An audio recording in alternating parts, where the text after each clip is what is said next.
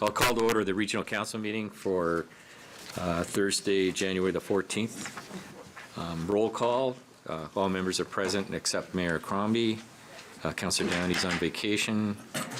Councillor Yanika. Councillor Jeffrey's on vacation. Councillor Parrish and Councillor Starr. Are there any declarations of conflicts of interest? Seeing none then, approval of the minutes. Moved by Mayor Thompson, seconded by Councillor McFadden, that the minutes of the December 10th, 2015 Regional Council meeting be approved. All in favor then? Opposed, if any? Carried. Thank you. Approval of the agenda. Councillor Tovey. Yes, thank you very much, Mr. Chair. I would just like to add item 14.1 on deposit returns for bottles for notice of motion for the next meeting. Thank you. We'll take that and add it on. Anything else? Would you move the agenda? The letter from... Oh, yeah, sorry, there's the letter from Davis Howe in addition. It's in your folders. And it's in your folders as correspondence. I'll move it as amended. Seconded by Councillor Innes. All in favor then? Carried. Delegations, there are none this morning, so we move right into items related to human services. Councillor Miles, if you'd be kind enough to chair this portion. Members of Council, the first item on Human Services today is a report that's here for your information on French language services. And this is a compliance update, something that we are required to do by the province. Any questions or comments on that report? I'll move it. Moved by Councillor Moore, seconded by Councillor Peleche. All in favor?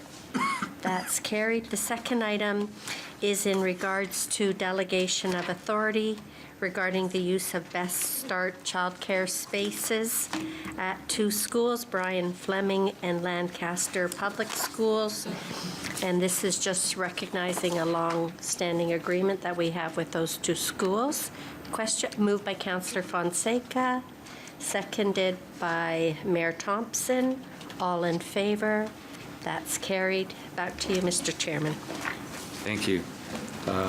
Moving along, items related to enterprise programs and services. Councillor Fonseca, if you'd chair this portion, please. Thank you, Mr. Chair. Item 7.1 is delegation of tax ratio setting authority. Moved by Councillor Miles, seconded by Councillor Medeiros. All in favor? Any opposed? Carried. Item 7.2 is 2015-2016 dedicated provincial gas tax funds. Move it. Moved by Mayor Thompson, seconded by Councillor Gibson. Oh, Councillor Ross. Sorry, one quick point of clarification. Thank you, Madam Chair. With the low cost of fuel as of late, do we foresee or anticipate a significant impact on what we're going to be getting in subsequent years for the gas tax? Through you, Madam Chair, the gas tax is fixed on a price per litre, so it's a 2 cent per litre adjustment, so that won't change regardless of the pump price. Okay, thank you. So moved by Mayor Thompson, seconded by Councillor Gibson. All in favor? Any opposed? Carried. Item 7.3 is an encroachment agreement for New Bolton Hydro Operations Center. Moved by Councillor Grove, seconded by Councillor Shaughnessy. All in favor? Any opposed? Carried. Item 7.4 is an encroachment agreement, southeast corner of Hurontario Street and Regional Road 15, Steeles Avenue East, City of Brampton. Ward 3. Moved by Councillor Medeiros, seconded by Councillor Miles. All in favor? Any opposed? Carried. Item 7.5 is an overview of changes to the Development Charges Act and the Planning Act by Bill 73. Question? No questions. Moved by Mayor Thompson, seconded by Councillor Tovey. All in favor? Any opposed? Carried. Item 8.1 is correspondence from the Honorable Stephen Del Duca, Minister of Transportation. Moved by Councillor Kovacs, seconded by Councillor McFadden. All in favor? Any opposed? Carried. Item 8.2 is correspondence from Kathy Strengths, TRCA, on wetlands conservation. Moved by Councillor Mahoney, seconded by Councillor Innes. All in favor? Any opposed? Carried. Item 8.3 is correspondence from Sasha Smith, City of Mississauga, expansion of the Greenbelt Plan. Moved by Councillor Tovey, seconded by Councillor McFadden. All in favor? Any opposed? Carried. And item 8.4 is correspondence from Kate Manson-Smith, Assistant Deputy Minister for Ministry of Municipal Affairs and Housing on Smart Growth for Our Communities Act 2015, moved by Mayor Thompson, seconded by, Councillor Ross. Yes. Thank you, Madam Chair. I'm just wondering from staff if we're going to get a presentation on some of the changes and how this will impact the region at some point in the future? Okay, thank you. Direction. Okay, so moved by Mayor Thompson, seconded by Councillor Ross. All in favor? Any opposed? Carried. And I believe it's back to you, Mr. Chair. I know there was. Thank you very much. Items related to Public Works, Councillor Groves, if you chair this section, please. Thank you, Mr. Chair. First item on the agenda is engineering services for detailed design and contract. Regional Road 136 Queen Street East, Town of Caledon, Ward 1, moved by Councillor Shaughnessy, second by Councillor Innes. Those in favor? It's carried. 9.2, City of Brampton, Wards 3 and 7, engineering services for the Beckett, Sproul, and East Brampton Pumping Station, moved by Councillor Madero, second by Councillor Miles. All those in favor? Carried. Item 9.3 is sanitary sewer flow monitoring and rainfall monitoring throughout the region of Peel. Moved by Councillor Ionica, second by Councillor Mahoney. All those in favor? That's carried. And one item of communication from Brock Colton, CEO, Federation of FCM. Although moved by Councillor Paleshi, second by Councillor Moore. All those in favor? That's carried. Okay, back to you, Mr. Chair.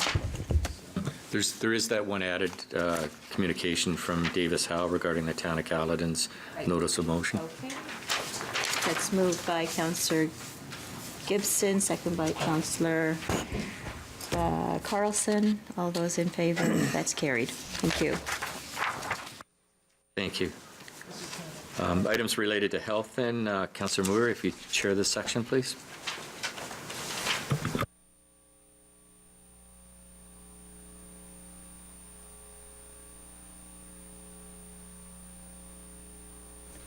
Thank you. Thank you, Mr. Chairman. The first item on the agenda is an information item on the oral health program integration. It's an update. Someone like to move? Councillor McFadden, Councillor Groves. Seeing no questions, all those in favor? That's carried.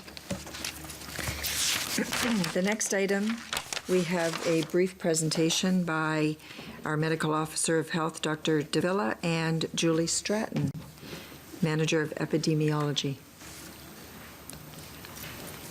And there's the accompanying report, H11.2.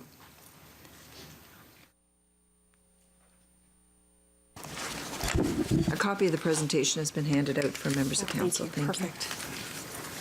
So thank you, Madam Chair, and good morning, Chair Dale and members of Regional Council. It's our pleasure to be here this morning to give you a bit of a presentation today on a new data source for Peel regarding Peel children and youth. This particular survey is called the Ontario Student Drug Use and Health Survey, and it's an interesting survey. It's one that's actually been administered by the Centre for Addiction and Mental Health since 1977, and it's a survey that's actually conducted every 2 years and has been done every 2 years since 1977. So as the Chair Councillor Moore has mentioned, I'm joined today by Julie Stratton, who's our Manager of Population Health Assessment, the section formerly known as our Epidemiology section, and she and I will be taking you through some very interesting results that we think you'll find of interest in respect of this particular survey. So taking you to the next slide, just a little bit on health status reporting. So health status reporting is, as indicated on the slide, the acquisition, collection, and analysis of health status data that's critical to planning and delivering of public health programs. So I think from a very, I guess to use an analogy of a situation that's perhaps more commonly understood by individuals, in the same way that a full medical history, a physical exam, and diagnostic tests help an individual physician determine what the health needs of a given patient are, so too does health status reporting, this acquisition, collection, and analysis of health status data, help us in the public health realm determine what the health needs of our population are, so that we can actually deliver programs, services, and develop policy that address those health needs. So these health status data are not only used by us within public health, but are also made available for use by other regional stakeholders, namely things like school boards, community service agencies, and certainly other health care agencies who take care of the various health needs of our population. Moving on to the next slide, we do have a number of data sources to help us diagnose, if I can continue using my analogy, what the health needs of our particular population are. And we do have access, as I said, to a number of data sources indicated here on the slide, which we not only access, but also analyze in order to determine program services and policies. With respect to data that's specifically focused on youth, we do have access to the Canadian Community Health Survey. However, one of the limitations in respect of that survey is that the sample size is too small for us to actually be able to use and glean meaningful information specific to youth and children in Peel. So we can't conduct in-depth analyses at that level of data. So in order to actually make sure that we're providing you with good advice in respect of how we can best serve our population, Julie and her very, very capable team continue to look for new sources of data about Peel's population, and particularly for those that are more challenging to get specific in-depth analysis on. And they came across this Ontario Student Drug Use and Health Survey and recognized that this was an opportunity for us to actually obtain high-quality, health-related behavior data about Peel's youth at a relatively low cost. So just to give you a little bit more about, again, it's a rather a mouthful to talk about the Ontario Student Drug Use and Health Survey. So for most of us who actually deal with these data, we call it OSDUS, not a pretty acronym, but it is much easier to say. So in respect of this OSDUS survey, it is an Ontario-wide survey of grades 7 to 12 students, and as I mentioned earlier, it's led by the Centre for Addiction and Mental Health, and they've been conducting this survey every 2 years since 1977. It is indeed the longest ongoing survey of elementary and secondary school students in Canada. So it is a paper-based survey that captures information about 4 key topic areas as indicated here on this slide: physical health and mental well-being, alcohol use, tobacco use, and drug use, which includes illicit drug use and prescription drug use. So we opted to participate in this survey for 2013 and 2015. The 2015 data have just been received at the end of last year. So the analysis for the period is for 2015 is still pending. So what we have for you today is some of the analysis with respect to the 2013 survey data. So with that, I'm going to turn it over to Julie Stratton, and she's going to take you through some very specific results of the survey, at least at a high level. Thank you, Eileen. All right, some results. This slide shows the immigrant status of Peel and Ontario students, and you can see that a lower proportion of Peel students are non-immigrants or Canadian-born compared to Ontario. This won't be surprising. This slide shows the self-identified ethnic background of Peel students, and in Peel, the top 3 ethnicities identified by students are white, South Asian, and East or Southeast Asian. And as you can see by comparing the Peel and Ontario bars, Peel has much more ethnocultural variation in comparison to the province. Again, not surprising.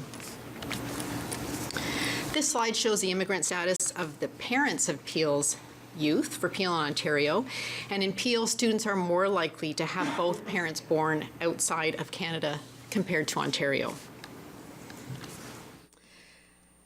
Now, sometimes data presentations can have the tendency to be a little dry, and so to try to make this a little bit more exciting, the next set of slides we present to you will be in the form of questions about the health status of Peel's youth. I'll read out the question and just ask that you reflect to yourself about what the answer might be. No need to put up your hand. This is not a quiz. And then we'll present the answer to you. So for this particular slide, for body mass index, students were asked to state their height and their weight on the survey form. This information is then used to calculate the body mass index. What percentage of Peel's children are overweight or obese? The answer in this case is A, just less than 25%. This slide shows the percent of students within each of the body mass index categories for Peel in Ontario. And as you can see, about 24% of Peel's children are overweight or obese when you combine the categories, and this is similar to Ontario's rate of about 26%. It will be interesting to monitor this trend over time when we analyze data for the 2015 data and when we participate in the 2017 collection. Who's more likely to be overweight or obese, males or females?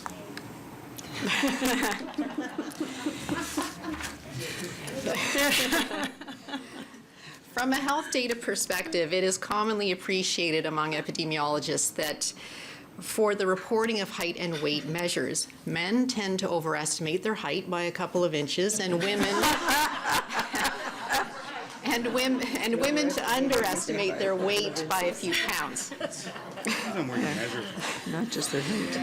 Yeah, we suspect the same holds true for this younger population in referencing their height and weight. So with this in mind, yes, Peel males are significantly more likely to be overweight or obese compared to females, 29% compared to 18%. There's a lot of men blushing in the room right now, just so you know.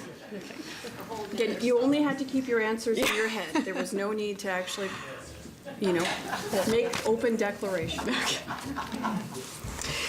There are only 3 indicators for nutrition in the survey, which are described in this slide. Just over half of students eat breakfast daily during the school week, and approximately 1 in 10 students are consuming either sugar-sweetened beverages or high-energy caffeinated beverages weekly. Moving on to transportation, are students more likely to walk to school, walk home from school, or the same percentage walk to and from school? The answer is B. In this slide, it's interesting to see that a higher proportion of students walk home from school compared to only about 28% of students who are walking to school. A few other interesting facts about physical activity. Just over half of students, or 51%, do not participate in physical activity in school. And while it's not shown, this increases by grade. Not participating in physical activity is 80% by the time a student is in grade 12. 63% are engaging in 2 or more hours of recreational screen time each day, and this is beyond what students are doing for their homework. And about 1 in 5 play video games every day. Moving on to alcohol. Who's more likely to engage in risky alcohol behaviors such as binge drinking, use of marijuana and alcohol combined? The answer is that both. This slide shows a number of different indicators of risky alcohol behaviors, such as binge drinking and getting drunk in the past month. While you might see some differences in the percentage for males and females, there is no significance between these 2 groups, meaning that females are just as likely to engage in risky drinking behaviors as are males in Peel. What is more commonly reported by students with a driver's license? Driving within an hour of drinking 2 or more drinks, or driving after using marijuana or hash? Student drivers are more likely to drive a vehicle within an hour of smoking marijuana at about 8%, compared to only about 3% of students who are drinking and driving. Moving on to being a passenger, though, what's more commonly reported by students riding with the driver who'd been drinking more likely to be riding with a driver who'd been drinking or riding with a driver who'd been using alcohol. A little bit different in this case. About 1 in 5 students are riding with a driver who'd been drinking compared to about 12% who'd been using drugs. Moving on to tobacco use. What's more commonly smoked among students in grades 7 to 12, cigarettes or water pipe? The answer is B. Students are more likely to have smoked a water pipe at about 10% in the past year compared to cigarettes. Interesting fact. And you can see from this slide that a similar proportion of males and females, similar to alcohol use, are using either cigarettes or water pipe, and that the use increases by grade for both products.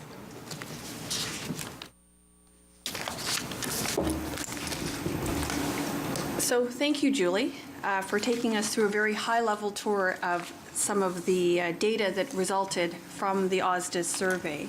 And I think really the issue is, so these are interesting data, but now what? What do we do with this kind of thing? And in fact, I think what we have through the survey is identified a number of issues, clearly, but those also present opportunities for us to work with our youth in our population to ensure that they're given the environment and afforded an environment that allows them to make good health choices. There are clearly areas of concern for Peel's children and youth. And as you can see from the survey results, this does involve aspects related to their physical health, to their alcohol-related behaviors, and certainly to tobacco use as well. These are many of the issues that we find also with an older population, but clearly the kinds of interventions and strategies that we would use may be quite different with a youth and children population relative to the broader general adult population. So in fact, what we're planning to do at Peel Public Health is to use these data in combination with other data sources, as I articulated earlier, to inform activities at the school health program, helping us to enhance policies and programs within the schools, and also to further develop community partnerships with those agencies that have similar interests to ours. We've also released the 4 reports to stakeholders, and we will be posting the results, both from the 2013 survey and analysis and the 2015 results when they become available, to our health data website, so that stakeholders, other partners, agencies who serve youth and children in our community can also make use of these data in respect of their programming, services, and policy development. So as I mentioned earlier, analysis of data from the 2015 collection period and survey is pending, and if Council is interested in seeing those results, maybe even making some degree of comparison if there is a trend or any kind of difference noted between 2013 and 2015, we'd be very happy to bring that back to Council. So at this stage, that wraps up our presentation, and we'd be very happy to take any questions you may have. Great, thank you. Councillor Groves? Thank you, Madam Chair. Thank you for the presentation. It's actually good to see that the numbers have gone down in terms of weight and obesity, because I remember a few years ago, we did have a survey done, and it showed, I think it was like 49% were obese. So it's nice to see that it's a decreasing. Just a question on slide 9 on the risky alcohol behaviors. What age group would you say this applies to? All of the data presented in the presentation reflects students in grades 7 to 12, so they might be around between 12 and 17 years old. Is there any way to break that out to sort of, or?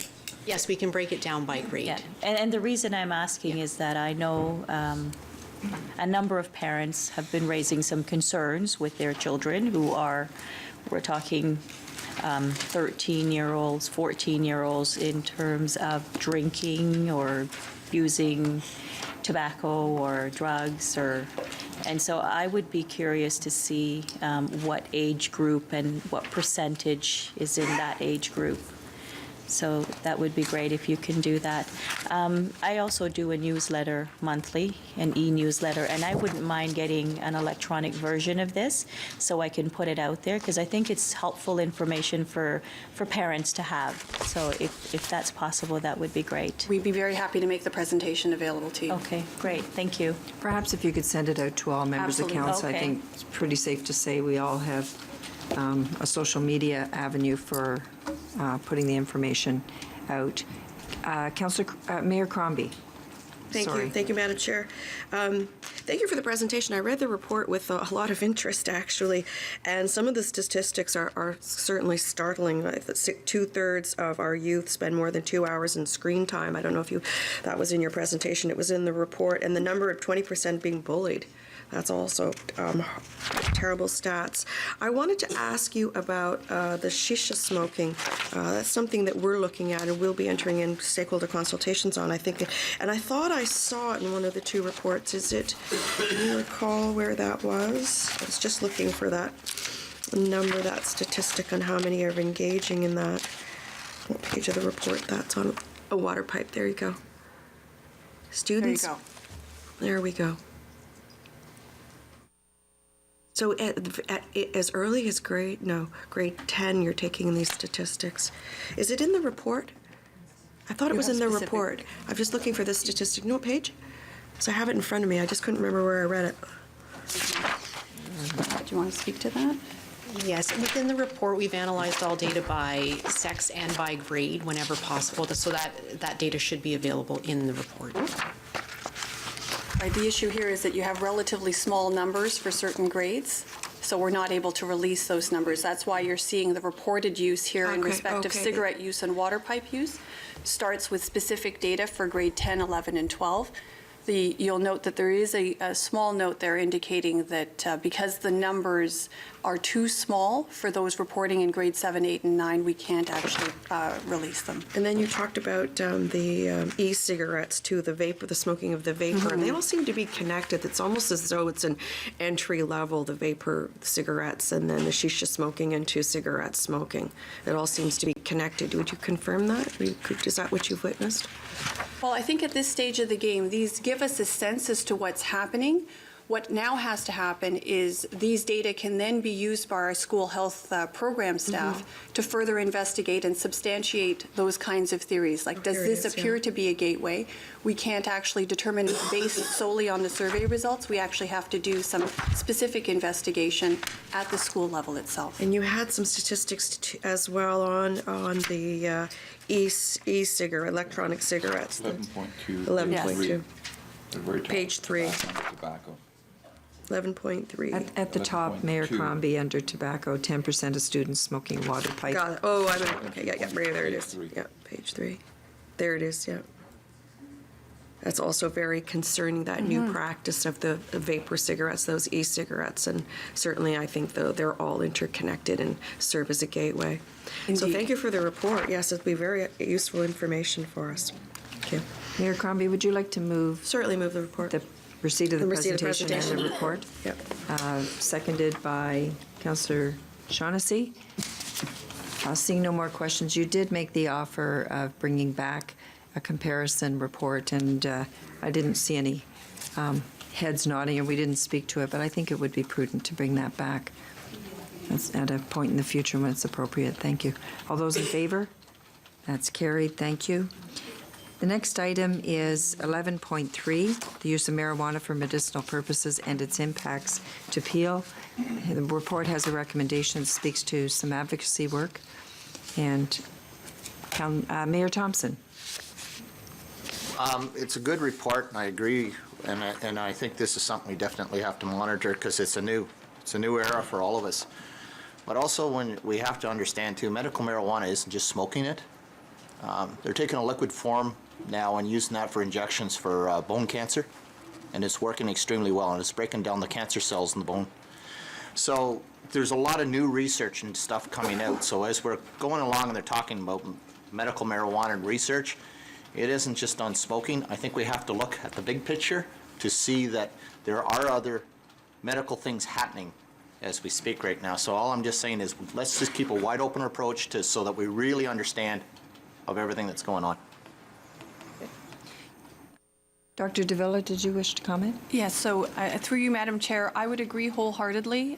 Mayor Thompson, there are several different routes and different formulations, and this is a rather complex issue. There's medicinal marijuana, there's this talk of recreational marijuana use and legalization in that regard, how it gets distributed for recreational purposes versus that which is used for medicinal purposes.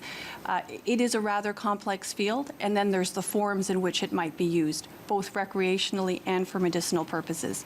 I think that's why this issue requires a fair amount of investigation and a very thorough analysis with a broad range of consultations across a number of stakeholders. And that's all I'm asking, is just let's make sure we're not Absolutely. missing something. We concur. Thank you. Councillor Shaughnessy? That brings up an interesting point. When we go back to, and you might have said it and Alan just triggered something, when we looked at that presentation you just did of young people taking marijuana, was that specifically recreational marijuana or was it medicinal?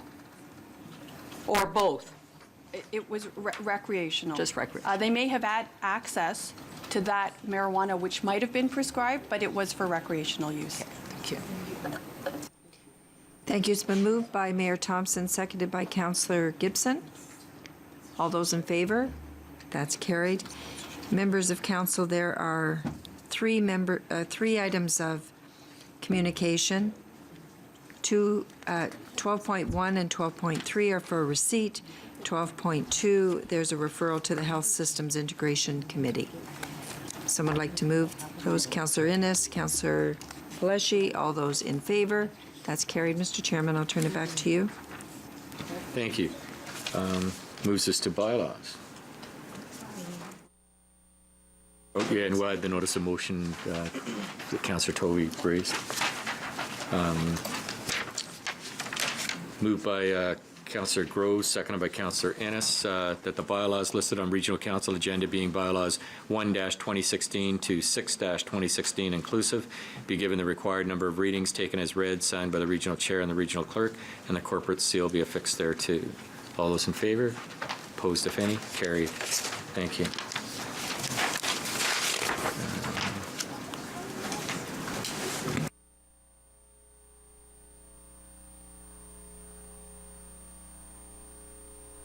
Seconded by Councillor Tovey. We'll move in camera and ask those that aren't here with respect to the items that are listed in the in-camera meeting to quietly leave the chambers.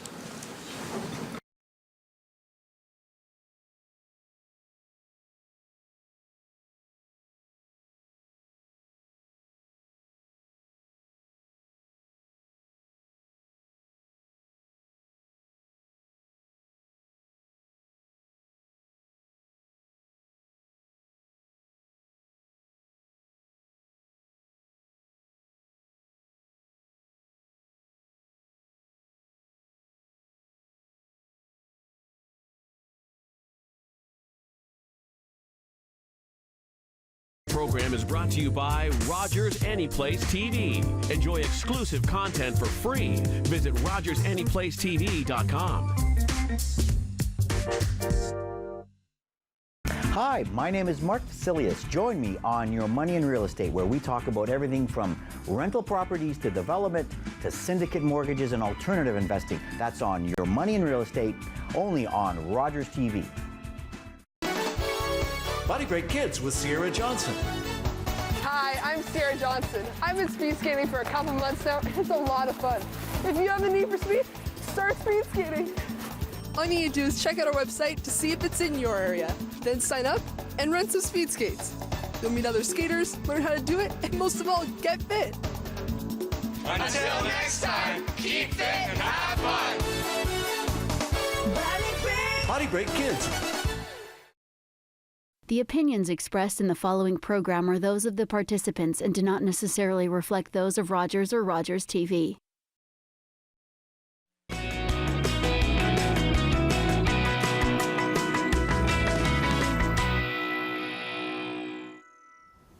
Welcome back, viewers. We're here with Mr. Simon Trevarthen, and the topic is branding. There is so much juice to what we're learning today and what he's sharing with us. So, Simon, you left off with a thought on branding itself. So tell us. So, I mean, as I was saying, I mean, it's important to understand your passions, codify them, write them down, make the sum of them. Yes. But passion isn't enough.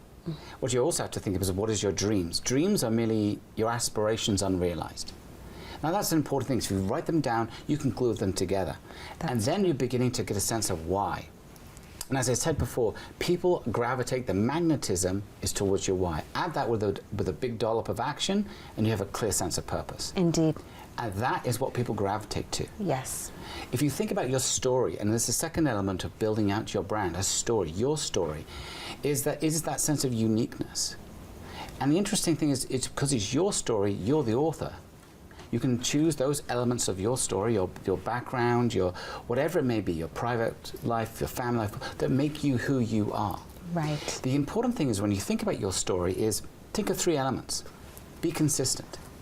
It's not a stump speech, but be consistent. It's the same kind of story. Use a language that people understand. It's not a question of jargon. It's a question of people that understand and gravitate to, that they can be part of your story. The last thing is always when you think about your own leadership story, an endless parade of successes convinces no one. I like that. Right? I like that. People gravitate to the inner struggle. Indeed. It's the mountaineer that struggled to climb the mountain, but succeeded is much more empowering. So when you think of the consistency, the language, and the content, you can come up with your story that is you. The key thing is, I meet so many people that I've coached and we coach, who have self-limiting stories, stories that are being imposed upon them by others. And it's important to almost like it's a playlist. Your story is a playlist. Think about those parts of the playlist that maybe don't make sense, that inhibit you. Right. Stories you tell yourself about your limitations and stuff. You can actually change your playlist by making it a conscious playlist to actually be more impactful. The last element really is a question of value. What is the unique value you bring to an organization or to others? Value ultimately is about the contribution you make, unique contribution.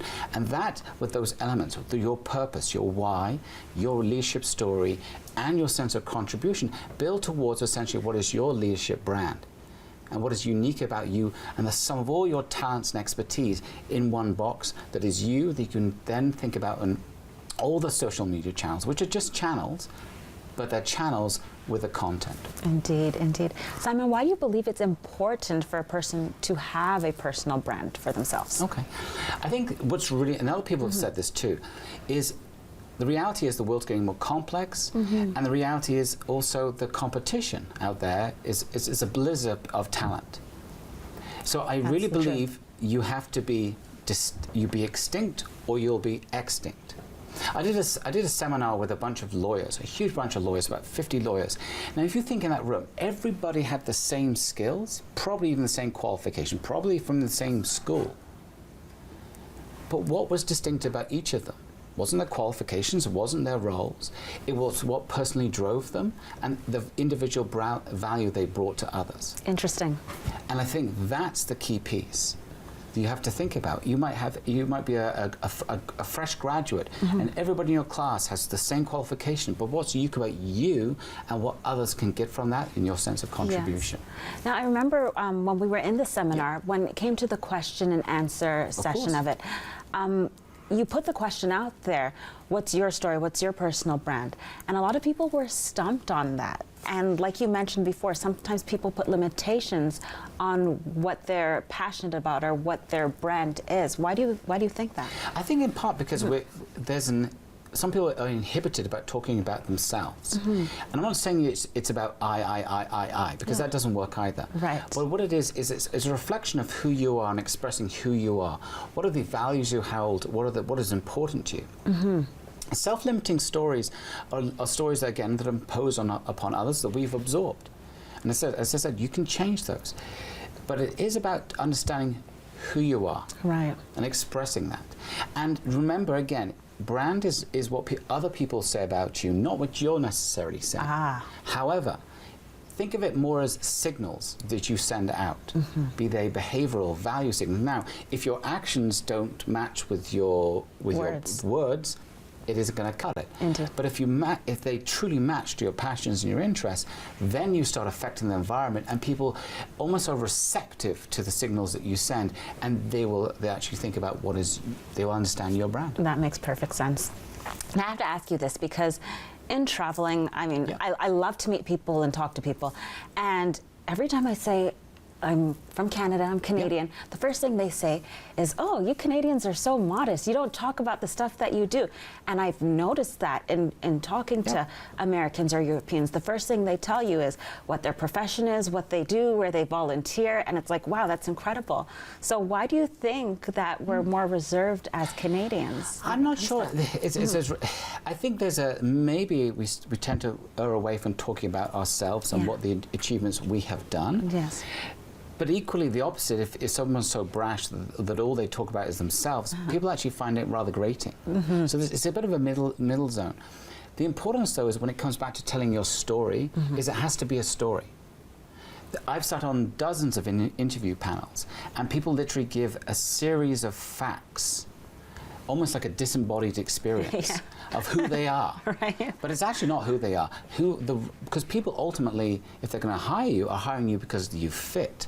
Yes. The qualifications got you into the interview. It's the fit question that really matters. And that's where the branding piece and understanding that's the value you're giving others.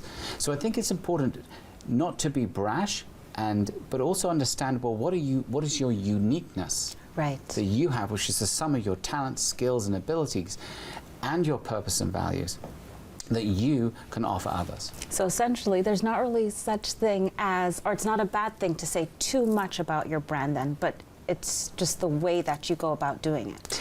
A wise man once said, be brief and be seated. Okay. Right? And it's so important because I think there's nothing worse than a 25-page resume. No one reads 25 pages. So think about, if you're thinking about your messages and who you are, think about it from the big to the small. How do I change the world? However you define that. How can I change this organization, my community, the people around me? And how do I change myself? Yes. People are gravitated to people who want to change their community, their world, their business. Change the organization as a leader, how they want to be a leader, but also how they change themselves. People are fascinated by how people have grown. That's the truth. How do you help someone understand and define their personal brand? As I said, the three elements there around purpose, story, and value. What we go through is this question of understanding how you need to understand the full buffet of your dreams. Yes. Right? It's really the full buffet. Often we only think about dreams as very narrow or even segmented in different parts of our life, but they're understanding the buffet. Codifying that, writing it down. At the last meeting, and this was passed December prior to Christmas.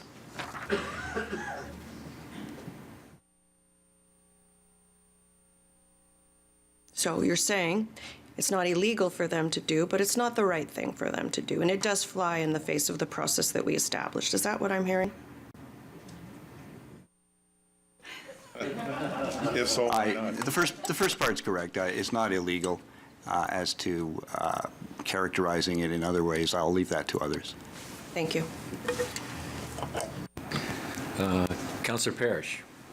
Well, I would suggest, Mayor Crombie, that it's very consistent with the way Caledon has behaved through this whole process, and it doesn't surprise me at all if it is their right to do this. The only question I've got is they can't actually finalize anything without the approval of the region. Is that correct? Right. The town can't properly adopt a secondary plan for the Area 3 area without the region first making a decision at the regional official plan level about whether that's the direction the region wants to go. So in fact, they may be spinning their wheels, doing a lot of work, spending a lot of money, and in the end, this is going to amount to nothing if our process finds that that is not the location that is ideal, correct? Yes, I think that's a potential outcome. Perfect, thank you. Thank you. Mayor Thompson. I'll just say, Mayor Crombie, that's your opinion. We're just doing our homework, no different than we've done with Mayfield West or anything else. It's standard procedure. Okay, any further comments? Seeing none then.